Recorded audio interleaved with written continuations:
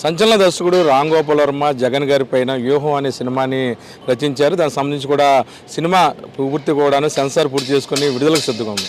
ఈ నేపథ్యంలో free release event శనివారం నాడు అంటే రేపు ఇందిరాగాంధీ మున్సిపల్ స్టేడియంలో నిర్వహిస్తున్నారు. దీనికి సంబంధించి ఏర్పాట్లు పరిశీలించడానికి విజయవాడకి ప్రత్యేక విమానంలో రామ్ గోపాల్ వర్మ వచ్చారు. ఇక్కడ ఈ ప్రాంతంలో జరుగుతున్న ఏర్పాట్లు ఆయన పరిశీలించిన అనంతరం ఐటీఎం కోసం ప్రత్యేకంగా మాట్లాడారు. ఈ సందర్భంగా ఐటీఎంతో మాట్లాడుతున్న రామ్ గోపాల్ వర్మ ప్రస్తుతం మనతో ఉన్నారు. దీనికి సంబంధించి ఏర్పాట్లు వచ్చే ఎన్నికల మీద ప్రభావం చూపే అవకాశం ఉందా? జగన్ ప్రభావం అనేది నేను చెప్పలేనండి. ఎందుకంటే ఇప్పుడు సినిమా అనేది నేను అనుకున్న దాన్ని ఒక డ్రామాటిక్ ఆస్పెక్ట్లో నా కెపాసిటీ ఉపయోగించుకుని నేను ప్రొజెక్ట్ చేయడానికి ట్రై చేస్తాను. అది ఎంత జనాలకు అర్థమవుతుంది, మూవ్ అవుతారు అనేది అది చూసి చెప్పలేను నేను. That is what I'm saying. అంటే పవన్ కళ్యాణ్, నారా లోకేష్ లాంటి వాళ్ళు కూడా మీ సినిమా మీద ఇంట్రెస్ట్ ఉన్నారు. ఎలా ఉండబోతుంది అది? వాళ్ళు కూడా వ్యూహం ఎలా ఉంటుందని ఆలోచిస్తారు. కానీ వ్యూహం లేదు. నేను వాళ్ళ వ్యూహాలనే బయట పెడుతున్నా సినిమాలో. మా వ్యూహం ఏం లేదు అక్కడ. ఎంతో ఇంట్రెస్ట్ మాట్లాడారు. బర్రె లెక్క ఏంటి ఈక్వేషన్స్?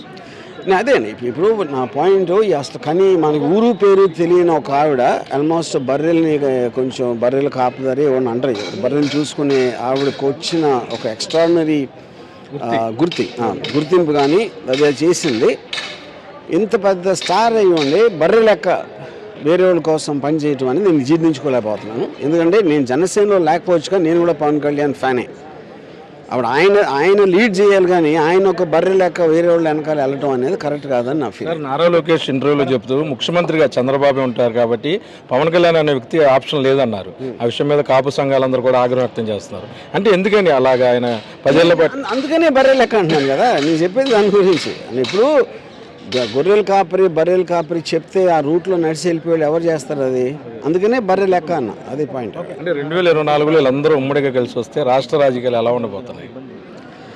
ఉమ్మడిగా అంటే ఆ ఈక్వేషన్స్ నాకు సరే తెలియదు, నాకు అంత అవగాహన లేదు. బట్ ఐ థింక్ నాకు తెలిసి అంత జోక్ చేస్తారని నా ఫీలింగ్. ముగ్గురు కలిసి శీతాకాలంలో కూడా వేడి పుట్టిస్తుంది వ్యూహం సినిమా. ఇటు రాజకీయాల్లో ఈ వాతావరణం కూడాను ఎందుకని అంత ఇంపాక్ట్ మీ మీద ఉండబోతుంది? అంటే నాకు వేడి పుట్టించడం ఇష్టం.